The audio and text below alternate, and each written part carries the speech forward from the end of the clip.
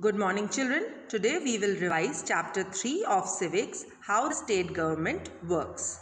Let us watch this video.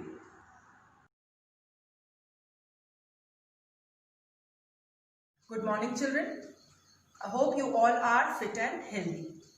So we have finished history chapter 4, the Mughal Empire. Now today we are going to start with civics chapter 3, how the state government works. Okay, so before moving on to our topic, let's just recapitulate what we did in our previous class about the government. That means in class 6.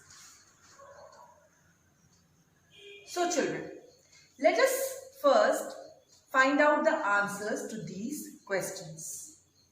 What is government? Why do we need government? Can we work without government? What will be the consequences if there is no government? What type of government do we have? We have studied about government in our previous class, that is class 6. So we will just discuss about what did you learn in class 6 and then we will move on. Now coming on to what is government and why do we need a government. Children, can we think of our country without a government? Yes, no. We cannot think our country without a government because government makes the rules and laws. And if there is no government, no one is going to follow the rules and laws. And ultimately what will happen? There will be a chaos in our country. People will not follow any rules and regulation. And a country without rules. So without rules and regulations, our country cannot work properly. And for the proper functioning of a country, we need a government. Coming on to the next question, what type of government do we have? Children, we have studied about different types of government. We studied about monarchical form of government, we studied about dictatorship, and we also studied about democratic form of government. So, which type of government do we have? Yes, we have a democratic type of government. Now, what is a democratic government? A government which is formed by the people, for the people, and of the people. That means people choose their representatives and form the government. People have the right to choose their own representative by giving a vote. Now, who can vote? A person who is 18 years or more than 18 years has a right to vote. And by that, he or she can choose his or her own representative. And these representatives, they form a government. So, a democratic government is a government which is formed by the people. That means people choose their representatives and a government is formed. For the people, a government which runs for the welfare of the people, for the betterment of the people, and a government of the people. So children, our country is governed at 3 levels: local level, state level, and central level. About the local level, we studied in class 6. Yes, we studied the government at local level in class 6, where we studied about local government at rural areas. Rural areas means village, and urban areas. Urban areas means cities and towns. When we talk about rural areas, it is the local government which is working there. That was a Panchayati Raj form of government. It's a three-tier government where we have village panchayat, block samitis and zilla parishads. All the functions of these we studied in class 6. When we talk about local government in urban areas, we studied about Nagar Panchayat, Municipal Council and Municipal Corporation. Again, the functions we studied in class 6. Now, today we are going to start with government at state level. How does the government works at state level? So children, open your books to page number 30. So we have discussed that government works at 3 levels: local, state and national level. In this chapter, we will examine the work of government at the state level. How does this take place in a democracy? What is the role of a member of legislative assembly and ministers? How do people express their views or demand action from government? We will look at these questions through the example of health. Now let us see who is responsible for the problems or to solve the problems of the villagers. Now here we can see two girls reading a newspaper and they found that there is a water shortage in their state and people are falling sick. People are found to be drinking unclean water, streams have dried up and so have tanks. In the worst affected areas, villagers have been carrying water across great distances. On the TV news, they have heard that many people have died from diarrhea. So they wonder, is it possible that people die of diarrhea? Yes. If proper healthcare facilities are not provided, people die from diarrhea also. Now that afternoon, both of them went to the market, and as they reached market, they remembered that what their mother said to them. My mother said not to have any ice drinks from the market. She gave one of her lectures this morning. You have to be responsible for your health. When they went further, they saw that the MLA's house was gherrowed and it was a roadblock due to rally. They wondered, why? Has he done something? The officer replied, no, the people were angry because he hasn't done anything. A person was demanding for immediate action on the public health situation which was not under control. He said our MLA must take the responsibility for this.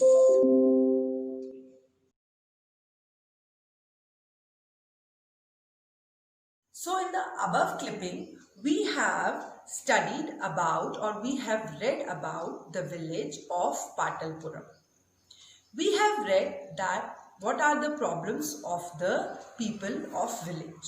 What are the problems the people are facing in the village? There was a problem of water shortage and there were health problems also, which were not looked up by the government properly.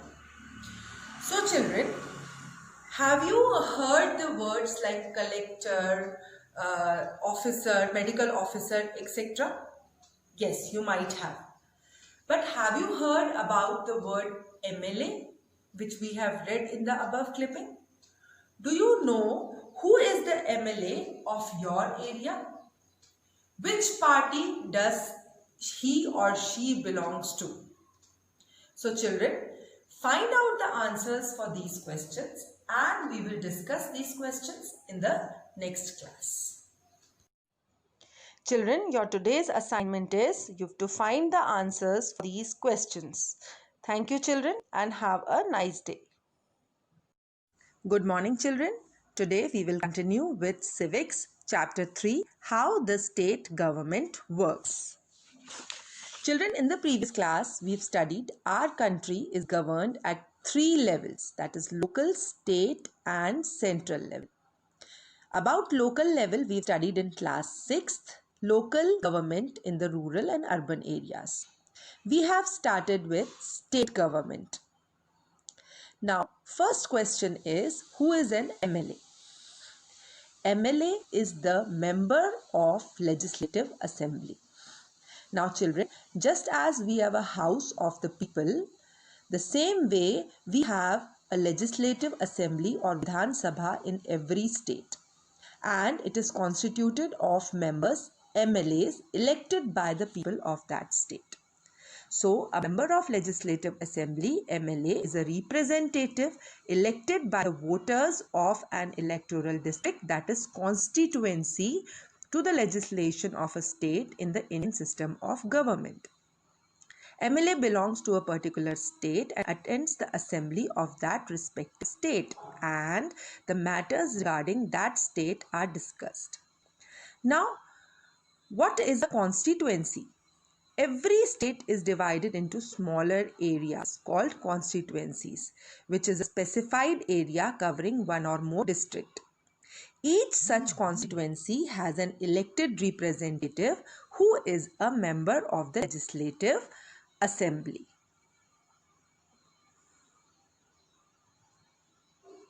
Now children, why do we have a state government? As you know that India is a huge country with 29 states and 7 union territories, distribution of power between the center and states has provided for in the Constitution of India so that smooth functioning of the country goes on. So we have distributed the power between the center and state for the smooth functioning of the country.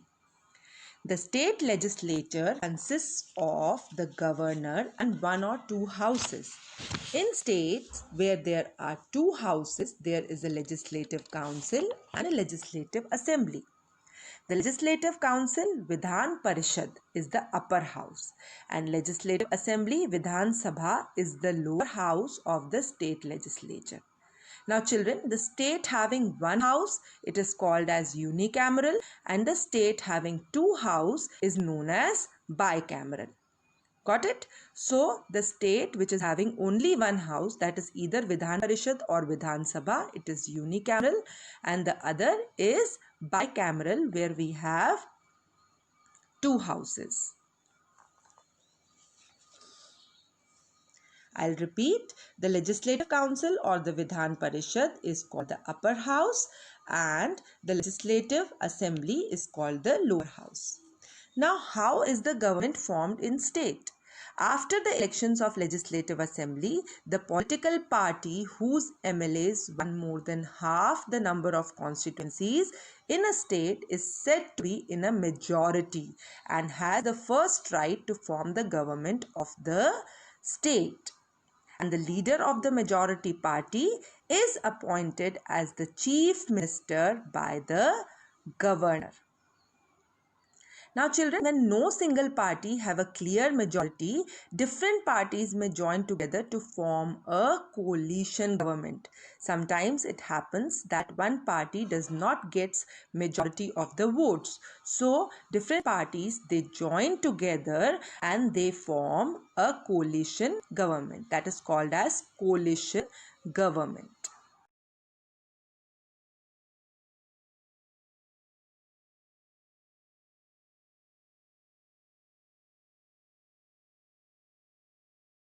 So children, a constituency refers to a particular area from which all the voters living there choose their representatives. A political party whose MLAs have won more than half the number of constituencies in a state can be said to be in a majority. A political parties whose MLAs have won more than half the number of constituencies in a state can say to be in a majority. And the political party that has the majority is called the ruling party. And all other members are called the opposition party. The elected representatives who are not the members of the ruling party, they belong to the opposition party. The representative together play the role of questioning government decisions and actions. They also raise new issues for consideration in the assembly.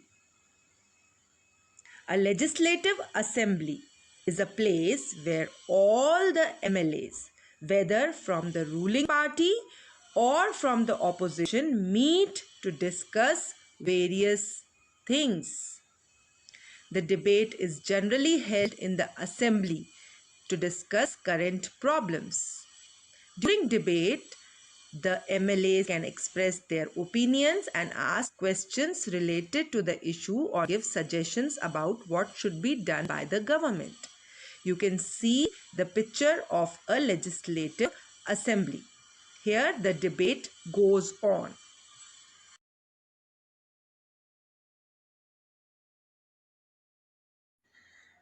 The head of the state is the governor.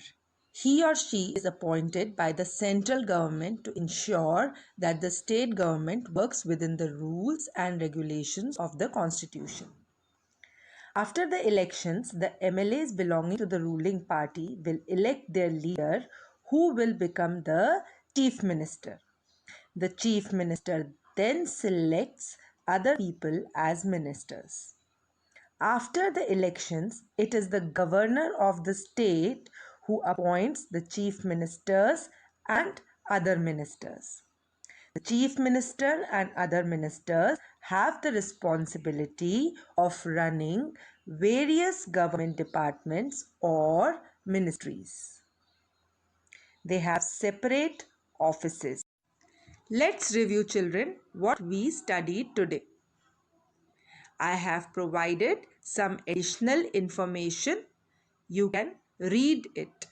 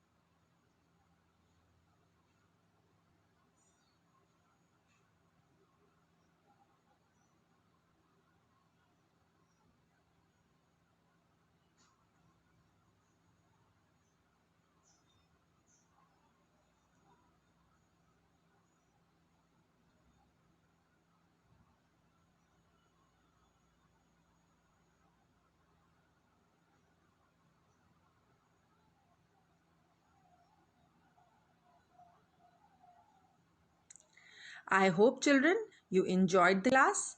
Thank you, children, and have a nice day.